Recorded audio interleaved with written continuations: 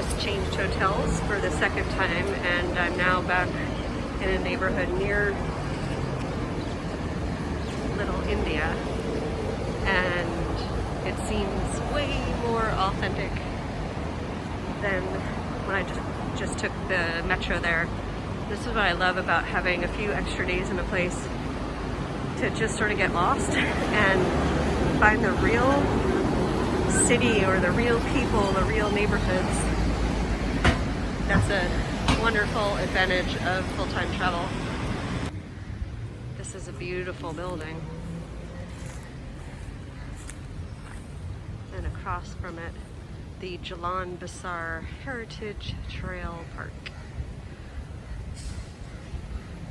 I love how this temple just kind of blends in with the city. Just turned a corner and there it was.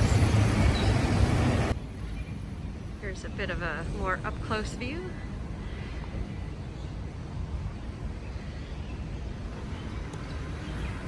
Closed at the moment, but really cool. Finally put my hair up so it's a little bit easier in the heat, and today is quite overcast and looks like it may rain again. Much needed because it's been super hot. A few things I've learned so far being in Singapore is, well, obviously its essence is that it is really a multicultural blending pot.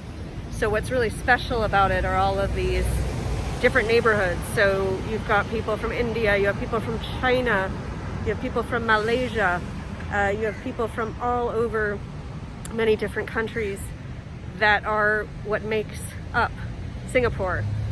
So Singapore is known for orchids. So if you're looking for souvenirs and gifts for people, Singapore is probably not a place that you're gonna find too much.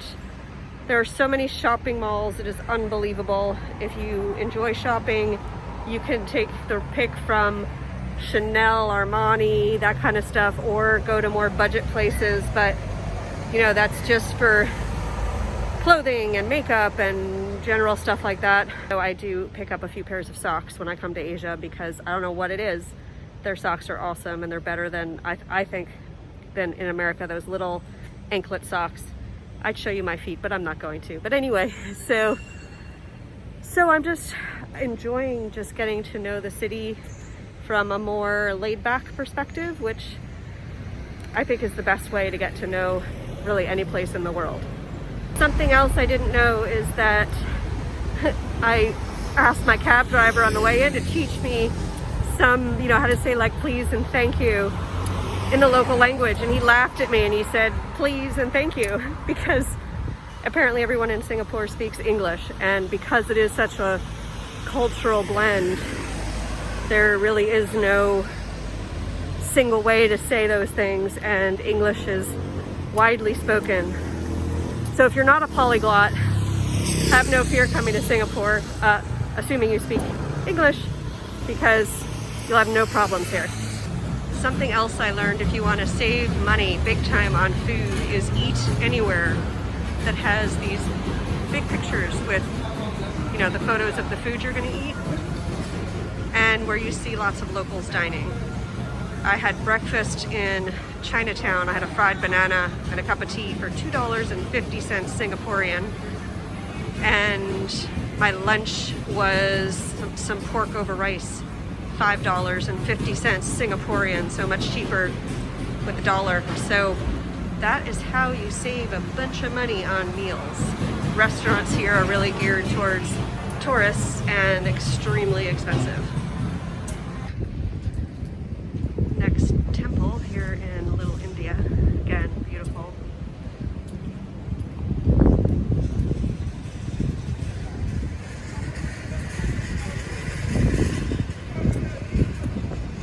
And I just saw a man walking around in his towel, so I don't know if there's like a bath for men somewhere in here.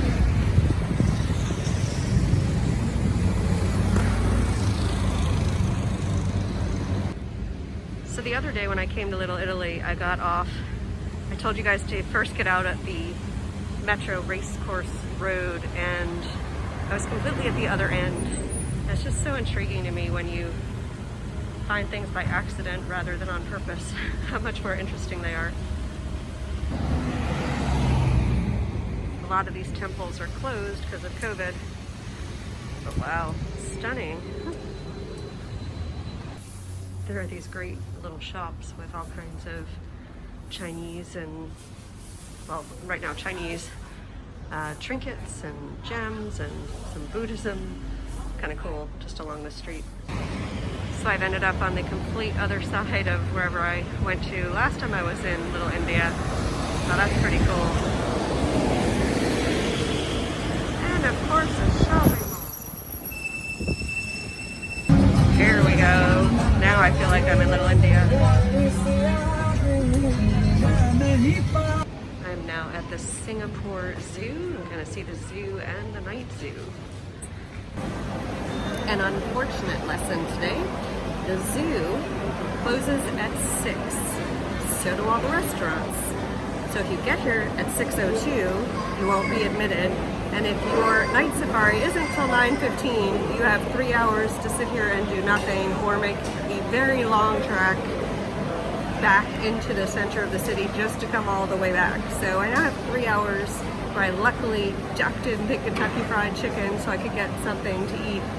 Got whatever they had left on the shelf, and I'm gonna eat this and I guess hang out for 3 hours. Woohoo! This little guy just came up. I thought I was gonna eat my food. I was able to change my ticket to 7:15, so I'm gonna go to the night zoo and not sit here for 3 hours. Yay! Helps to conserve body heat. Right, Garish, remember, you can have your camera on, but remember... Or chital. When alarmed, they produce a loud barking call.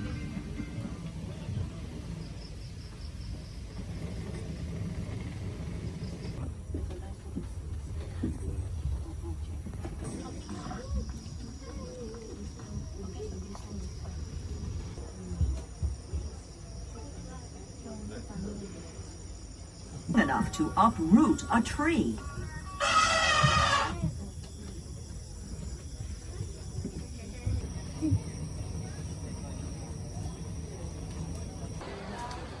I'm now doing the walking trail.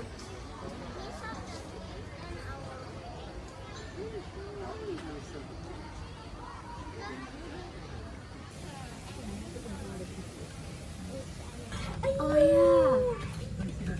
Can you see? From one end to the other. Wow. Oh, penguin is coming forward. Finally made it into the zoo, and it's a long bus ride from the center of town. Took about an hour altogether.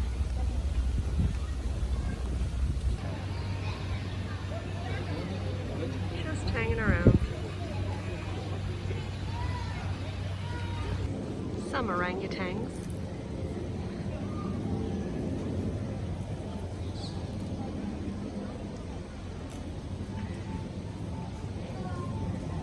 Guess everybody's just hanging out today.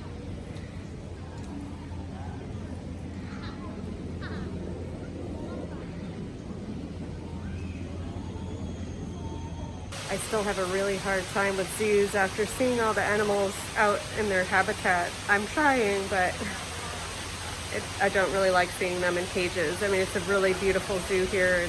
It's very lush. It's like part of the environment, which is nice, but I still don't like looking at them through glass or just a small habitat when I've seen them elsewhere, although I know a lot of these animals have been rescued and some will be released into the wild. The elephants at Singapore Zoo are Asian. They are small.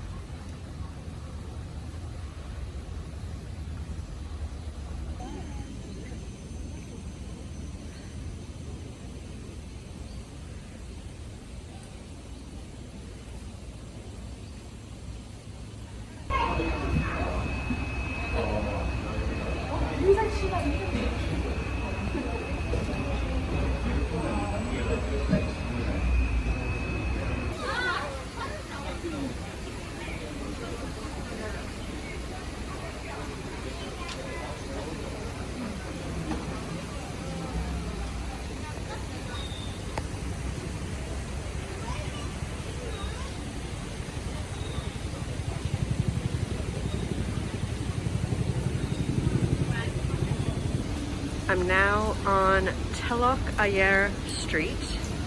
So the zoo was kind of a bust, but anyway, and then it rained, so I couldn't get to the bird park.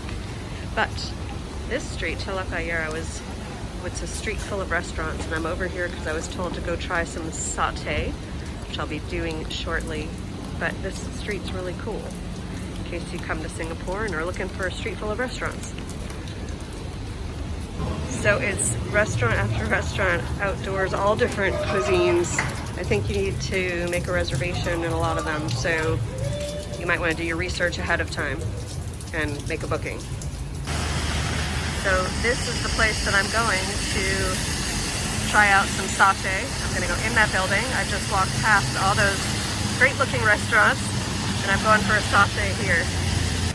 The name of this place is Lau Pasat. And here's a map. Right now you have to scan in everywhere with an app called Trace Together, so I'm gonna do that.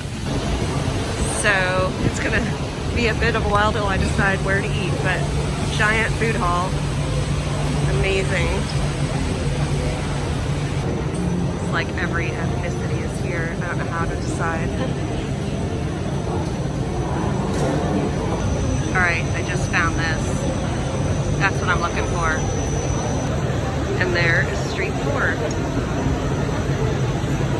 So here's the deal. You actually have to find the guy with the menus for the satay. Right now it's pouring outside, and there may be a street outside usually, but I had to find the guy with the menus, and they were set at sets. Minimum $35, and then I asked him if I could just have like one skewer, and then I found out it's 70 cents a skewer, minimum of 10. So I'm getting just an order of 10 skewers, so that should be $7. So we'll see how that is. Check this out. So you get, this guy comes around with the skewers and a giant boat of peanut sauce and veggies. This is awesome. $7 Singaporean, which is, I don't know, $4 or $5 US.